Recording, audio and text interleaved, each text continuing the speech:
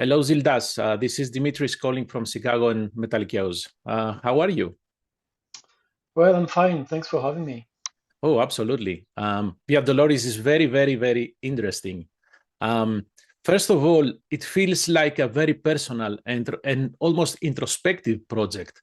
So, when did you realize that this needed to exist as a project? I will have to asking again because there was a cut in the sound. Oh, So my you were, apologies. yeah. Okay, Yeah, so I don't know where it comes from. Just try again, please. okay, VIA Doloris feels very personal. When did you realize that this project slash band needed to exist? Well, I wouldn't say that I suddenly realized anything. I just followed my own stream of music and feelings, and here we are. I had a kind of a break from extreme music for some years, Right? and after a while, I started to listen to a bit more metal again, and suddenly I felt like I had something to say that was kind of fresh after all these years without, and I felt I had a different approach. I had something a bit, yeah, new to come with, and I started making music without really knowing where this would be going. And I had no idea about what the concept would be, what the lyrics would be about. I had no idea what the band would be called. I started to make some songs before knowing anything. And suddenly I had several songs and started to shape the contours of what VIA Dolores has been until now. That's very interesting. So, as you said, your time that you stayed, you kept some distance from the extreme sound, and now you return to that sound. How do you feel this change, or I don't know if it's change a good word to use, but did this change at all your songwriting, or how you approach the extreme sound? I think it necessarily does affect the way I approach music. You can say I'm a multi-style musician. I play Mhm. very different kind of music. Um, I have a pretty good overview on several styles at least. And of course, this shapes you as a musician, as a composer. So I think that while still being true to what I like in extreme metal, somehow all these influences and this um, interest, general interest for music and hopefully good music has shaped the way I've been making this album. So maybe it needed some time to grow inside you, right? Yeah, it definitely did. And the thing is, I don't have a huge track record of making composing before this when it comes to metal. Mhm. So I did some I wrote some songs when I was a teenager, late teenager years, but it was quite a bit more obvious what my influences were. It was perhaps less personal, less original.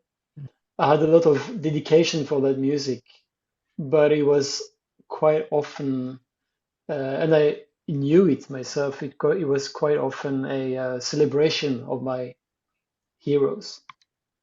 It sounds like you were a very tough critic of yourself. Well, it's possible, but I kind of did this knowing that I was kind of copying that record, that Mm. album, that sound. Oh yeah, let's do a song in the style of Total Death by Dark Throne now. You Mm. know, it was that kind of vibe we had at the time. So it was, I think it was sounding good, but I was very aware that I was not producing something really original. Okay. And anyways, these bands, I never really released this. It was more tapes we traded between friends. So I never, I haven't been doing a fuss out of it, anyways. So at what point did you decide to call this band Via Dolores? Well, I had a very interesting experience in 2022, if I remember correctly. I was lucky to travel to Jerusalem. Oh. Yeah, in connection with totally different music things.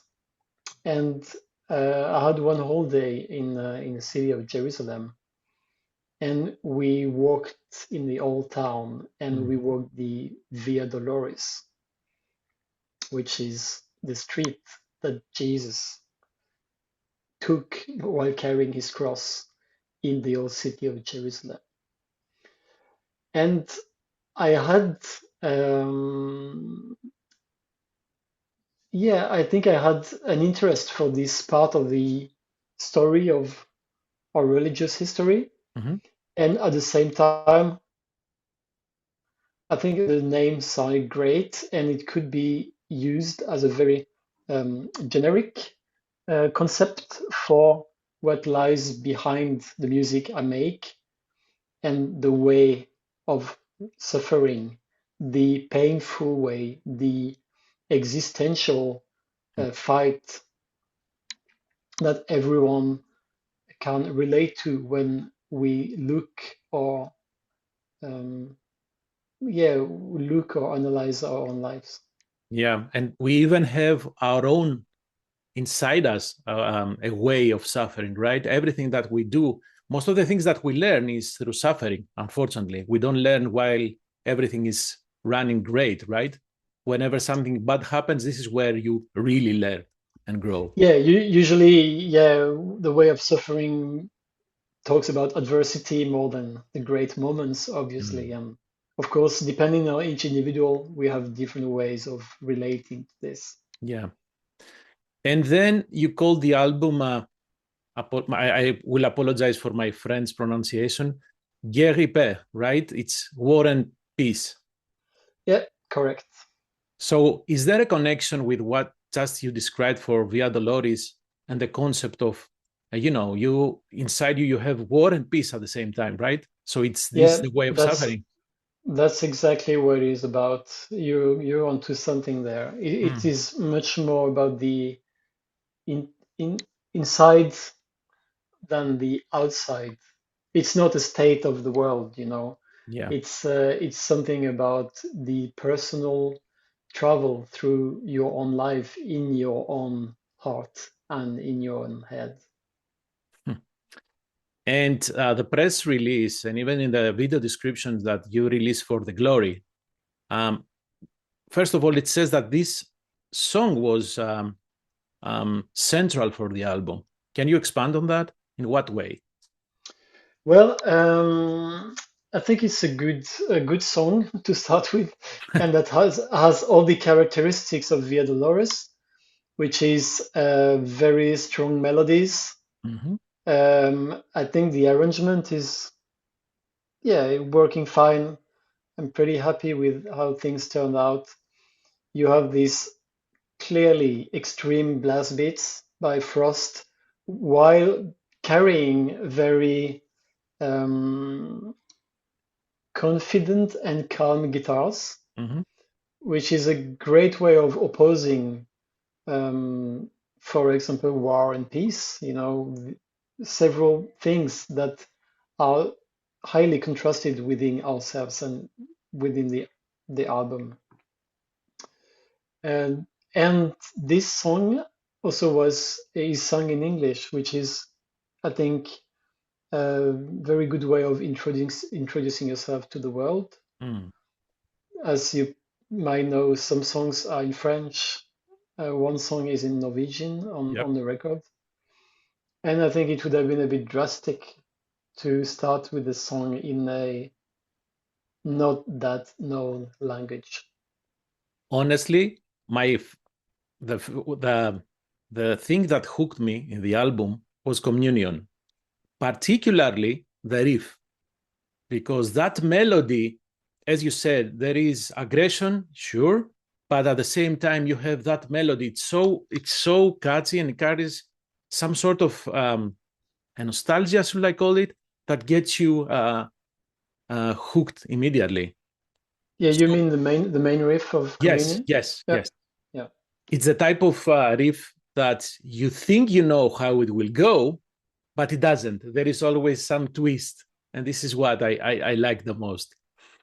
So I'm not sure if there was a formula when you were writing songs, but did you start with a basic melody and then adding layers in terms of extreme sounds, blast beats, and so forth? Um, there was no particular. I can't remember exactly, but I Hmm. just know that it usually starts with the guitar riff, Of course. and that's like a lot of this music is being written, right? Nothing very original, but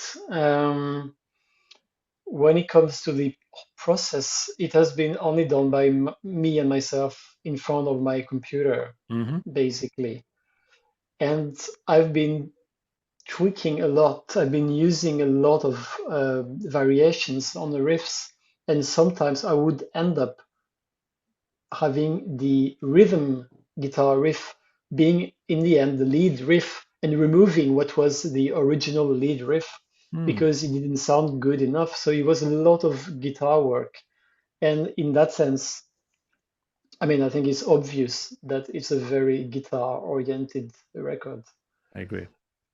But I never decided, I think it's very important to state that I never decided how it has to sound. Mm-hmm. I always let the flow take over. And sometimes I would wait for not years, but months before finding the right follow-up to a riff or to a sequence of riffs because I didn't want to force any solution.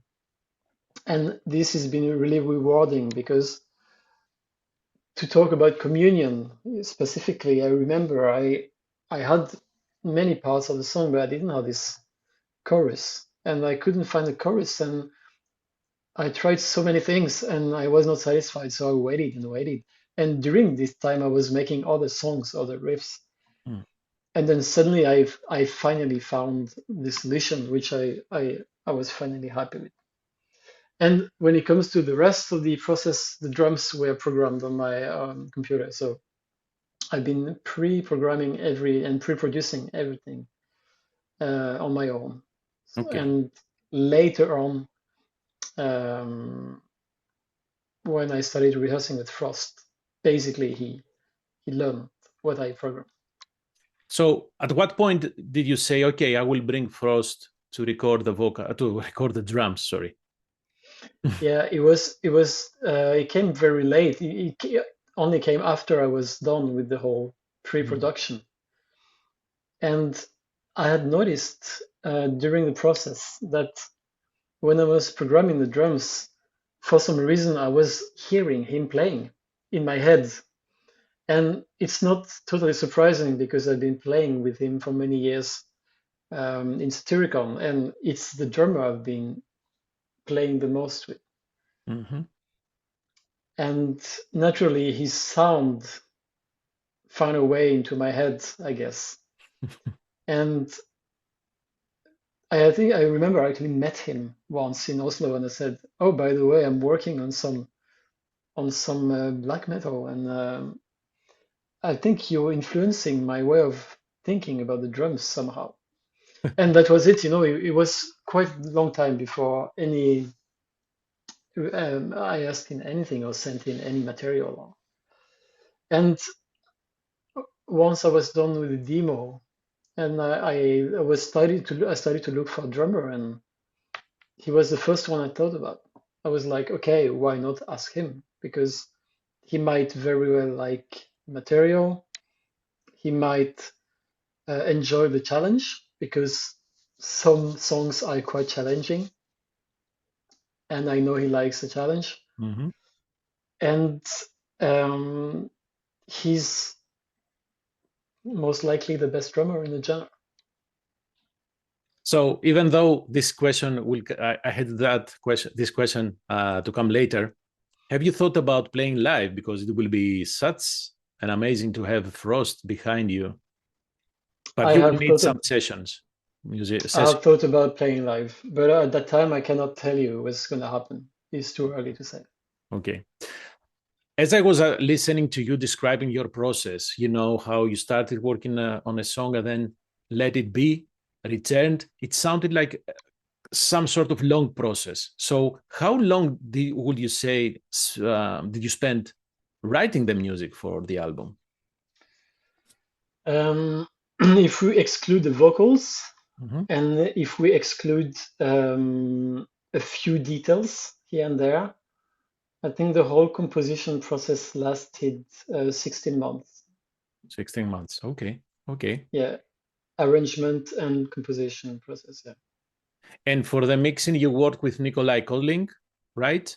yeah, And Magnus, oh my goodness, Guldbrandsen at Yellow Sound Mastering Studios, right? correct. So why did you choose both of them to work with you for the mixing and the mastering? When it comes to the mixing, I actually sent one test song to 5 different people.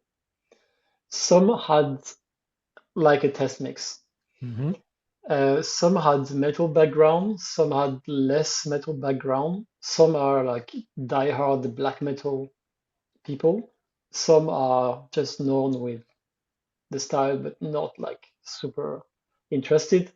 Some are just have no clue what it's about. Because I've always noticed something. The production I like best um, are often the product of someone that is not a specialist within extreme metal. Oh, interesting. That's my taste. So if you look at super important records for this musical genre, like let's say we can talk about Satyricon, Rebel Extravaganza, Mm-hmm. the guy that produced, oh, of course, it's produced by Satyr, but if you look at the guy that was behind the desk and the guy that was doing the technical stuff during the mixing, he's almost no, he doesn't know metal. He's not a metal person at all. And I think it turned out to be super interesting. And if we look at the early black metal from Bergen, this guy in Grieghallen Studios that produced the Brosum stuff, he was totally estranged to metal. He had no idea what this was about. And I think it's very, very interesting to see what people that don't really know the style come up with. And because they have fresh solutions, they don't have pre-made recipes. Mm. And I like to be surprised. Of course, today is a bit different because there are some certain demands in form of production. You cannot just come up with super weird stuff, especially if you play super intense music like Via Dolores, you have some standards to live up to. So Nikolai produced the best test mix, basically. So we started working together, and he's not a metal person, but he has great ears, great technical abilities, and I enjoy working with him a lot. He's also a good friend, so it really helped. So maybe what you're saying is that by using someone who is not, let's say, into this sound, provides a fresh perspective, and you end up with a sound that doesn't sound as everybody else. Because at some point, we agree, right? When we had the rise of the Scandinavian black metal, the productions kind of started to sound the same. And even nowadays, you have bands that are looking for that sound and going for that specific recipe. So yeah. That's correct. I totally agree with you, and I think that the productions today, not that I have a huge overview, but I know enough, and I notice that this sonic aspect is very important, but I lack a lot of guitars. I lack some actual aggression, not only because the drums are compressed or the vocals are compressed that way. I like a bit of, you know, I couldn't say surprising elements, but I like that things are not exactly the way you expect all the time, which I think we succeeded with the Via Dolores album. Yeah, but we cannot blame anyone because when you are a young band, you need to to hit a specific scene, so you have in some way to sound like that. In your case, it's different. You don't come as the new kid on the block, right? That's correct, and that's perhaps why I didn't really care, and I wanted to do what was best for the music. Absolutely. In Omnipresent, you have Rido, am I saying his name correctly, Yes, as guest vocalist. So yeah. why did you choose to bring someone for this particular song to sing with you? Well, the actual story of Redo is a bit of a interesting and a bit of a sad one too. Um, when I was kind of done with the pre-production of the music, so before the vocals started to come into play, I was very unsure about if I would be singing myself Oh, because I hadn't been singing extreme metal for many years. And I basically had no idea if I had this in me, this physical connection to the music. And I started to look for or to listen to vocalists. And I was looking for French vocalists because I knew that my lyrics were partly in French, or I started to write some lyrics and part of them were in French. So the best was to find a French vocalist. And I discovered his band Ferriterium, which is quite amazing. And we started having contact, and we talked about him trying to sing for Via Dolores. And at that time, we worked on Omnipresent as a test song somehow. And his results were great. But I had so many small things to adjust because I knew exactly what I wanted to hear. And I knew it would be such a hassle because I'm living in Oslo, in Norway, and he was living in the east of France. mm-hmm. So it was no easy travel. And I started to understand how much time this would take us to agree on everything all the time. He's a great vocalist, and because of this, I chose not to use him, and I chose to try myself, actually. And this is how I became the vocalist in my own project. So, but you said it was a little bit sad. What do you mean? Yeah, because it comes later. Oh, So when yeah, because you perhaps you don't know, but he died this year, earlier this year. oh, I don't know. I didn't know that. I'm Sorry, earlier last year. Yeah, my apologies and it, my condolences. it's fine. Yeah. So yeah. So unfortunately, he's not with that anymore. But when we agreed on not cooperating on Via Dolores, nevertheless, we agreed on using his trials, if you can call them Mm-hmm. such, as backing vocals on the song Omnipresent. So that's why his soul lives a bit with this record because I love his vocals, I love his way of singing. We couldn't make it work, but I really liked his performance. So I kept his vocals. That's why he's featured on the record. Wow. Yeah. So I'm trying to recover here. You mentioned using French, English, and Norwegian in your lyrics. So it sounds like, is it easy to writing vocal melodies using different languages because the pronunciation is different? different words sound differently.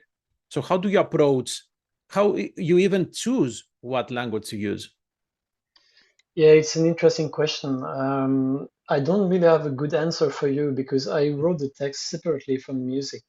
So I have not been writing specific text for a specific song.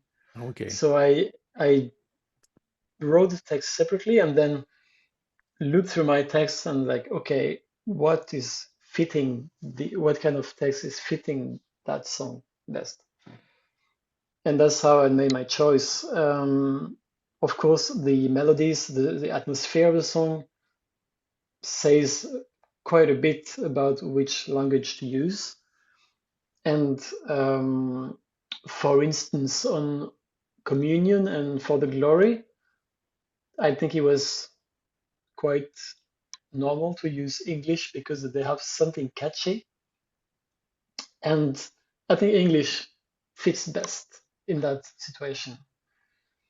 For the last song of the record, Vi,